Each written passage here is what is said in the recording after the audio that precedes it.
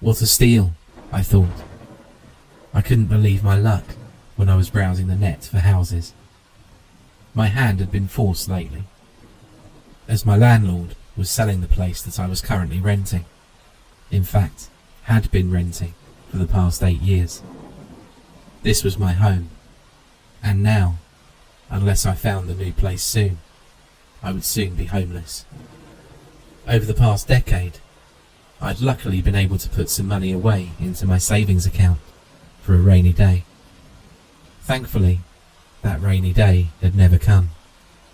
I had a job that paid decently well.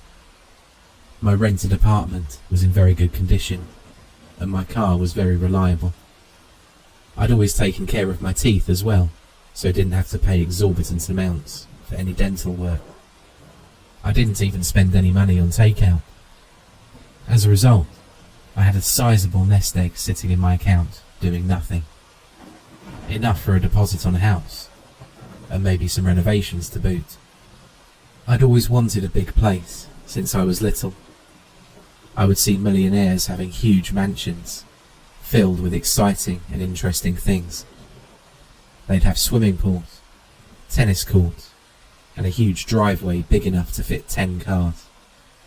I thought that this would always remain a pipe dream, until I spotted a post online. Amongst the list of houses for sale, most were very modest. With my budget, I was expecting to be able to afford a 1-bed, 1-bath house at the most, and probably not in the safest area. I could just rent again, I thought, but I wasn't getting any younger and had to think of my future. I may as well just be setting my monthly rent payment on fire for all the good it's doing me. Nestled amongst these houses, I spotted a listing for what looked like a much bigger place. I had to do a double take to make sure I was reading things right, because after a second look, it could be considered a mansion for all intents and purposes. It must be a typo, I thought, as I read the listing in more detail. Plastered over the listing were phrases such as needs work, considerable renovations required, a true fixer-upper, and many more. Looking at the numerous pictures provided of the innards of the property, it definitely looked like it could do with some work, sure. The wallpaper was faded and not very modern. The carpets were tatty and frayed. Some of the brickwork was damaged, and the bathrooms had seen better days. Considering the price, though, it seemed too good to be true. In hindsight, it absolutely was. Considering my tight time frame before being evicted, I swiftly called the estate agent and arranged a viewing. I wasn't sure if I would ever get an opportunity like this again. Fully expecting to have a lot of competition for the place, I was very surprised to hear that the estate agent could see me that afternoon. I jumped at the chance. Sable Manor was the name I was given, along with directions. It was a full hour's drive from where I currently lived, but I was eager to move out of the suburbs anyway. I enjoyed my peace and quiet, and after looking at an online map, it certainly seemed as though I would get it. I jumped into the car, entered the address into my sat-nav, and set off, excited to see potentially the home of my dreams.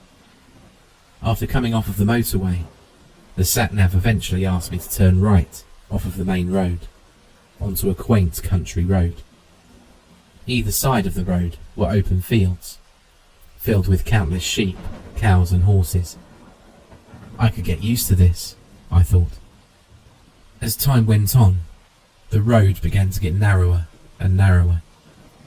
The surface of the road also got worse and worse. However, undeterred, I pressed on. After 15 minutes or so, it was announced I had reached my destination.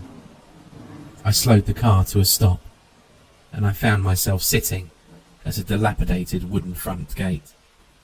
There were some rusted iron letters on the brick pillar next to it. Sable Manor. As I was taking in the scenery, I could hear the rumble of metal behind the gate. It slowly opened to reveal the estate agent I had spoken to a few hours beforehand. He beckoned me to drive through the gate with one hand, as he held the gate open with the other. I slowly navigated the car through the opening, lowering my window to briefly greet him before making my way up the gravel path. The substance crunched beneath my wheels, as I could see the estate agent closing the gate behind me in my rear-view mirror. Slowly crawling my way up the path and curving around to the right, the manor came into view. The outer facade of the building was certainly in need of repair, but for the price they were asking, it wasn't the end of the world. In fact, with a bit of love and attention, it seemed as though this could be my forever home. I climbed out of the car and waved to the man crunching his way up the path. He had the same vacant, slightly uncanny smile that all estate agents seem to wear. We briefly greeted each other, at which point he unlocked the large oak door and let us inside. The door swung open with a huge creak. We stepped into the ground foyer of the building. The floorboards creaked under our weight, and the large room was punctuated by a huge rustic fireplace. It had a huge set of what I assumed were deer antlers over the hearth. The previous owners certainly had a unique sense of style. "Pretty impressive, huh?" said the agent, as he saw my gaze affixed to the centerpiece. I let my eyes wander around the room. There was a staircase up to the first floor on the right-hand side. Old dusty paintings hung on the wall next to it, full of impressive landscapes and majestic animals. The previous owner must have been a hunter of some sort. I looked upwards at the ceiling. While the design was intricate, there were a few cracks in the plaster, among the considerable number of cobwebs. Luckily, spiders had never bothered me. As you can see, the place needs quite a lot of work. But hopefully you'll agree, the sheer character of the place more than makes up for it, the man said. I nodded as I made my way up the staircase. I used a wooden banister to steady myself. As my hand traced up the staircase, I looked at it as I reached the top. It was covered in a thick blanket of dust. It was clear that no one had cleaned the place in months, if not years. The place has been on the market for quite a while, I could hear from behind me alongside a cacophony of creaking. We're actually trying to sell the manor on behalf of a debt collection agency. By all accounts, the previous owner owed quite a lot of money. This piqued my interest. Oh really? They must have been quite well off to own this place, surely. You would think so, wouldn't you? But as I understand it, they inherited the manor from a distant member of their family. Some long-lost uncle, I would imagine. They lived here for quite a few years, but didn't have a regular job apparently. Best guess is that they made some money here and there from selling game to butchers. Pheasants, boar, you get the idea. But as you can probably guess, they didn't have enough cash to renovate. As I poked my head into the various rooms on the first floor, I nodded my head and murmured in the affirmative to let him know I was listening. Something began to gnaw at me though, as he was speaking. Eventually, the whisper in my mind became more of a yell. I had to ask. So this gentleman was quite old, I take it. Couldn't pay off his debts before he passed. He was no spring chicken by any means, but not that kind of age. The rumour was he ran into some kind of accident on a hunt. The place was found abandoned, just disappeared. The police did an in-depth investigation, but no trace of him. I hope you're not the squeamish type, but the rumour was that he fell afoul of a boar or some other creature in the remote woods, and was never found. As you probably saw on your drive here, we're surrounded by woodland for miles and miles around. The police don't have that kind of manpower to search hundreds of miles of remote woodland, so he was declared missing and presumed dead a while after that. I didn't exactly want this guy bursting through the door, so I had to ask the follow-up question. And when was that? Recently? He was declared to have perished by the police around 14 months ago now, It's just taken a while for the paperwork and proceeds to work their way through. It's your lucky day. He patted me on the back. He was certainly very forthcoming with the information. It wasn't as though he was trying to hide anything from me. And I did need a place very soon. This information didn't put me off much. I always wanted a place that was away from the hustle and bustle of the town. And I loved old-fashioned buildings with character. I'd have to do any renovations in bits and pieces, but that didn't bother me. It wasn't as if the building was going to fall down any second. It just needed some love. We continued to explore the manor for a while, until we arrived back in the main foyer. Well, we haven't seen everything this place has to offer, but I'm afraid I have other appointments. Hopefully you'll agree, it's got a lot of character, and with a bit of tender, loving care, could be a perfect home for you in time. Just let me know if you want to make an offer. I'm sure we'll have other interest in the place soon. He was laying it on a bit thick with the sales patter, but he was right. It was run down and needed quite a lot of work. But I kind of fell in love with the place as soon as I stepped inside. I've always been a bit of an eccentric, and even when I was a kid, I dreamed of living in a manor like this. Having unique pieces of artwork and paintings, a rustic kitchen, old leather chairs sitting by the fireplace, that kind of thing. I didn't want to let on though, so I just said to him, "I'll let you know." As I left the house and drove back down the country road, with the agent gradually getting smaller in my rearview mirror, I was already on the phone to my solicitor. I wanted it, badly. The sale had gone through like clockwork. In fact, I was pleasantly surprised by how painless it was. The price was agreed and was well within my budget. In fact, I had plenty left over to start renovations. Less than 6 weeks after I first saw the place, I was collecting the keys. My dream home.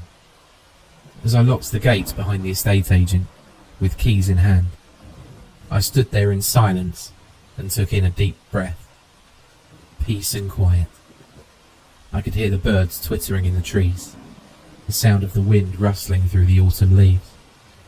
It was almost as if nature was trying to speak to me.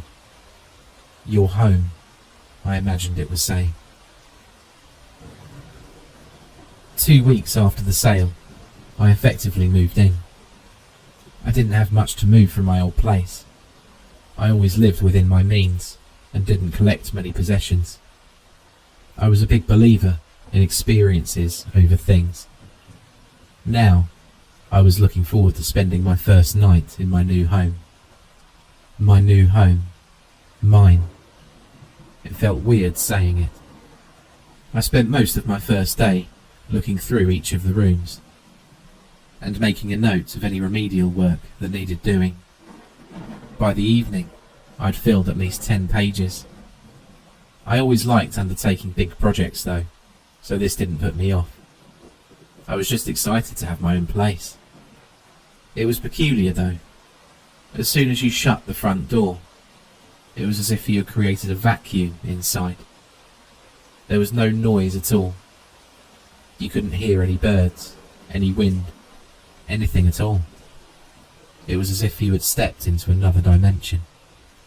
Luckily, the electric still worked. I had to get someone in eventually to check all of the wiring and make sure it wasn't dangerous. But for the time being, I could use my sparse collection of electronic equipment. It looked quite out of place alongside the quaint, eclectic furniture, but by the old fireplace and in front of a weathered, red leather armchair, sat my 60-inch TV. I didn't have internet yet, so I had to make do with my trusty DVD player that luckily I'd kept in a storage box. I never liked throwing things away. Besides, otherwise, what would I do with my collection of classic horror movies? Still in the storage box, I had hundreds of movies that I'd collected over the years. So, I connected my DVD player to the TV and loaded one of my favourites. With a cup of hot chocolate and a packet of biscuits in hand, I plumped down in a comfortable armchair and raised my hand to turn on the stylish lamp on my right. At that moment, I couldn't have been happier. As the light outside faded, it began to grow colder. I looked in a large metal container sitting next to the fireplace and found some very old pieces of firewood. After inspecting them closely, they must have been there for years. Importantly though, they weren't damp. In fact, they were bone dry. Now was as good a time as any, I thought, as I loaded the wood into the opening in the fireplace. After a few attempts, I managed to get a fire started with the help of some of the newspaper I'd used to pack some ornaments. As is tradition, I stood in front of the fire for a few moments, warmed up my hands and rubbed them together. I then settled back down in my chair to the sound of blood-curdling screams on the TV and crackling wood beside me. After around 15 minutes, I noticed that despite the roaring fire close by, there was still a noticeable chill. Strangely, it seemed to be a draft coming from somewhere. I was some distance from the front door, so it couldn't be that.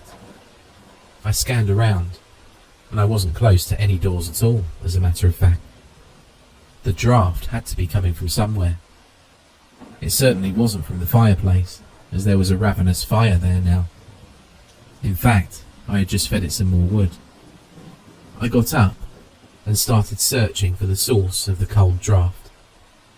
I'd made my list of renovations and improvements now, and didn't want to miss any. I wanted my new home to be nice and cosy after a while. I loved nothing more than sitting in warmth while it was cold outside. After a while of searching, feeling along the cracks of the various doorways and floorboards, I realised that the cold air was coming from the middle of the room, in the area just to the left of the bottom of the staircase. I couldn't see anything though. All I could see was the tattered old Persian rug laid on the floor, covering the floorboards.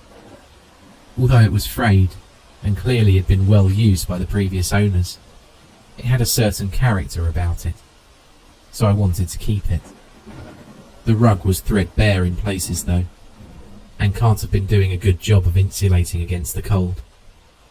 I placed my hand at the edge of the rug, and sure enough, an ice-cold blast of air chilled my fingers. With care, I slowly rolled back the carpet in an attempt to identify what could possibly be causing such a draft. I imagined it would be a loose or missing floorboard, one more for the list. As I rolled the rug back on itself, a large wooden hatch came into view. It would have been difficult to spot if not for the recessed metal handle on one side.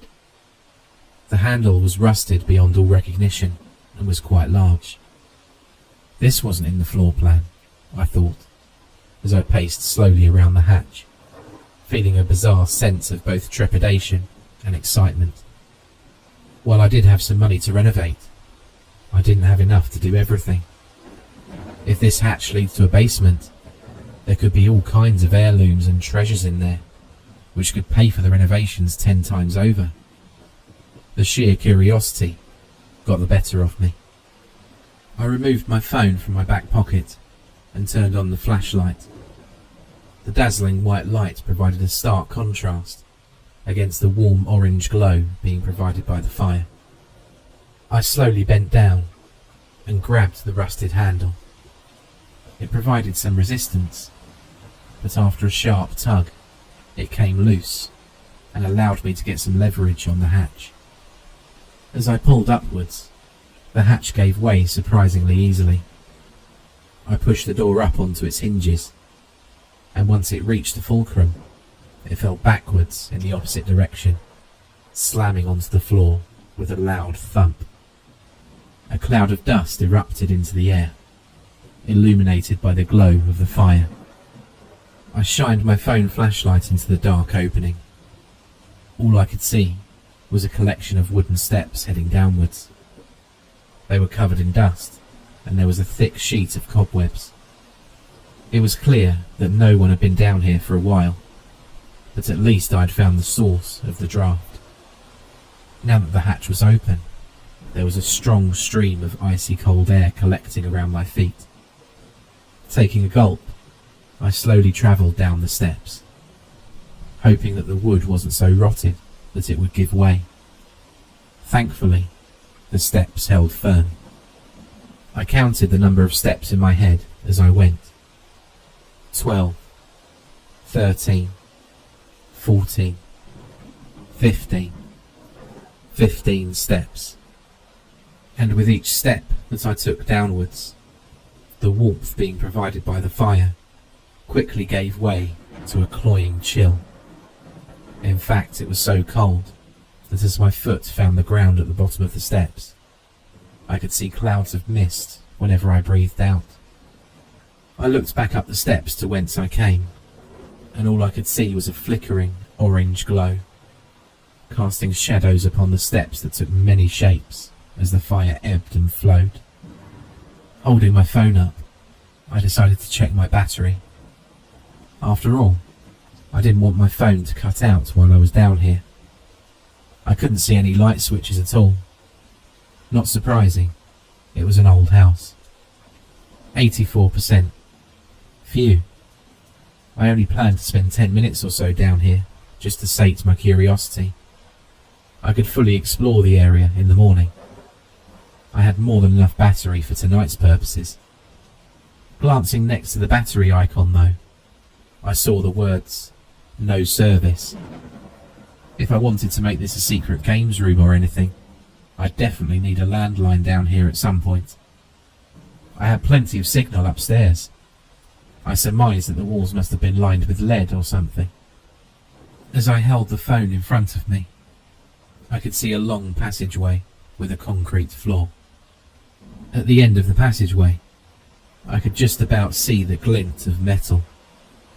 I crept down the hallway, and as I got closer, I saw a riveted gunmetal grey door, similar to what you would expect to see on a ship or a submarine. Weird, I muttered under my breath. The door was ajar, so after a short pause to gather myself, I eased the door open. It took most of my body weight to push it open, but it gave way eventually, with a drawn-out creak. If you would have heard that noise in isolation, you would have thought you were on a submarine, with the haunting creaks associated to the vessel. The air was stale, and even colder than before.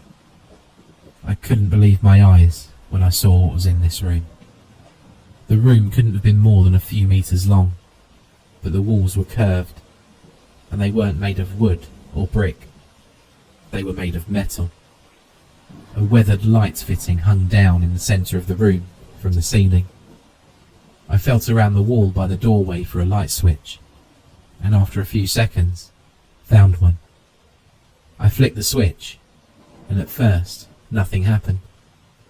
A short while after, I began to hear a muffled shuddering sound coming from another room, at which point the light flickered into life, casting a dull orange glow.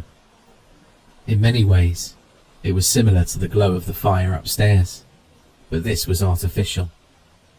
It felt alien in some uncanny way. I turned off my flashlight to save the battery and placed it back into my pocket. On one side of the room, there was a very basic bed with a dark brown blanket and flat pillows. The air smelt musty.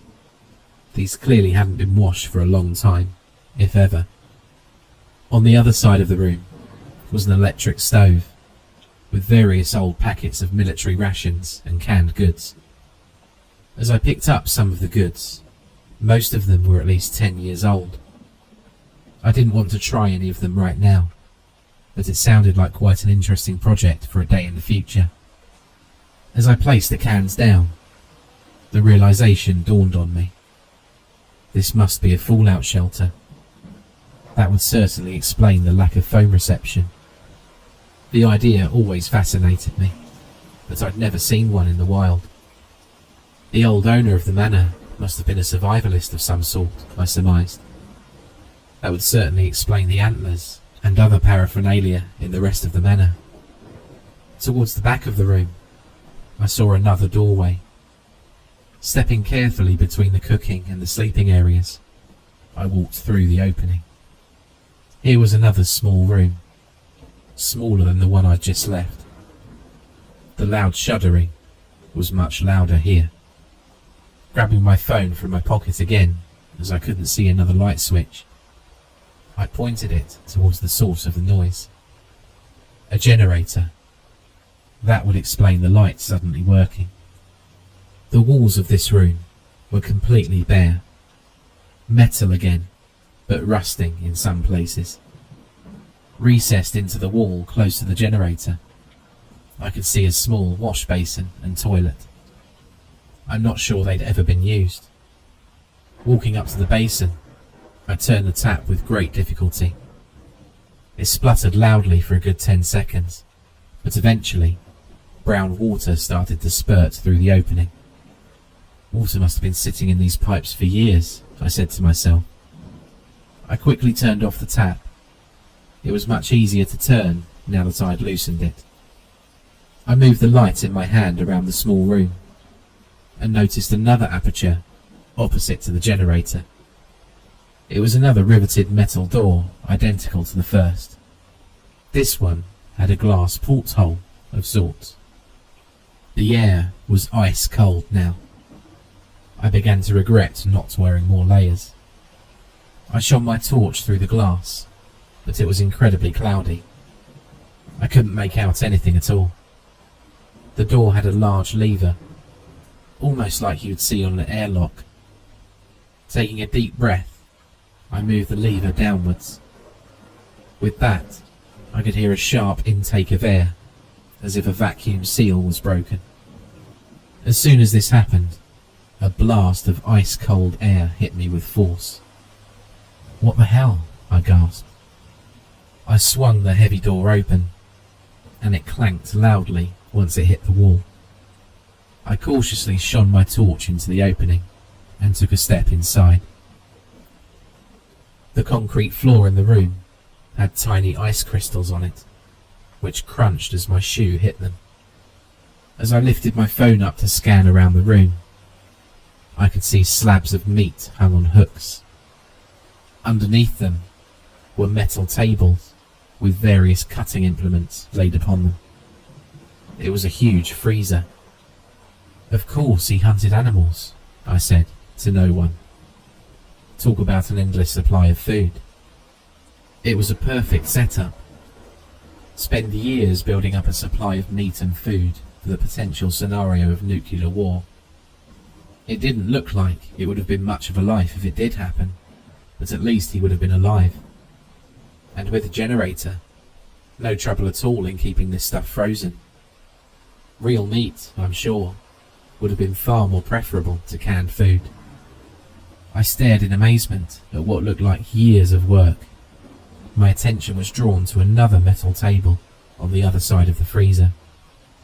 There were, from this distance, what appeared to be cards strewn across the surface. As I approached, I could see that these were mostly white, plastic cards of some sort. Although I had difficulty in feeling my fingers now, I fumbled for one of the cards and picked it up in my hand. One side was completely blank, but as I flipped it over between my numb fingers, my mouth dropped open in shock. I was faced with the image of a bespectacled man. He had long ginger hair and a scruffy beard. While the beard did him no favours, it looked like he was no older than 35.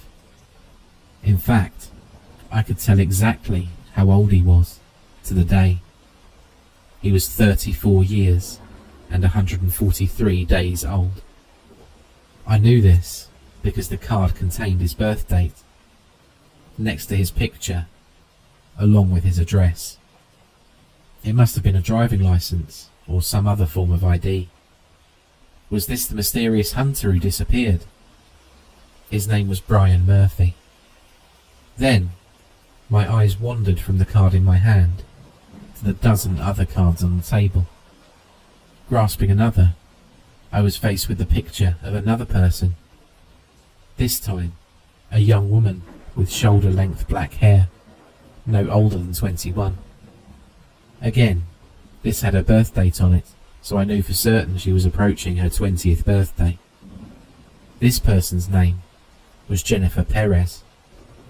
Frantically, I began picking up the other cards clumsily in my hands. Jim Peterson, Robert Evans, Tara Robinson, Maria Lopez. All in all, there were 16 IDs here. What the hell? I mouthed silently as I held the cards in my hands.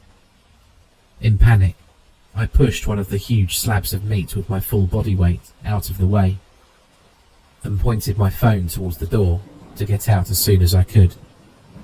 But before I could do that, my attention was drawn to yet another metal table in the corner that had been previously obscured by the hanging meat. I almost threw up in my mouth. Sitting there, on the table, grey and frosted, was a human foot, severed at the ankle. As my eyes widened at the realization, I let out a loud primal scream in terror and stumbled towards the opening. My foot slipped from under me in the panic, and I came crashing to the floor, bringing the table containing the IDs down with me in a clatter and crash of metal.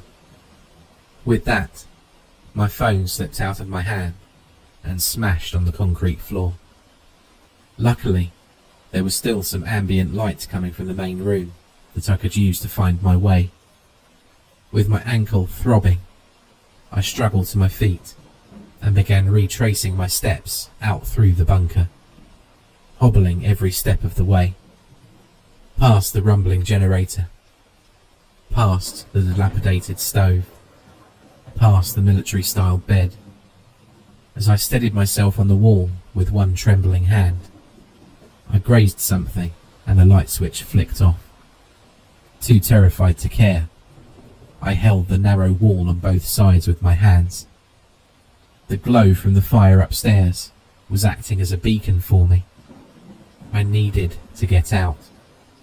Every step was sending bolts of pain through my leg, but I struggled along. I just had to make it up those 15 steps. As I placed my foot upon the bottom step, I heard a prolonged creak.